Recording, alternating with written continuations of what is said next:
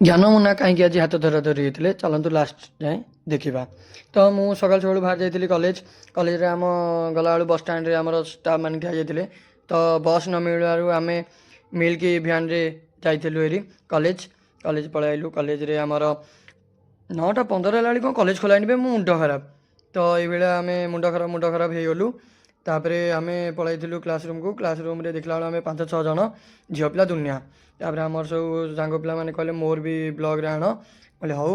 ତାପରେ ଆମେ ଘରକୁ ଚାଲି ଯାଇଥିଲୁ। ତ ଘରୁ ଆସି ପ୍ରଭୁଙ୍କର ବାଲିରେ ଚିତ୍ର ଅଙ୍କା ଯାଇଥିଲା।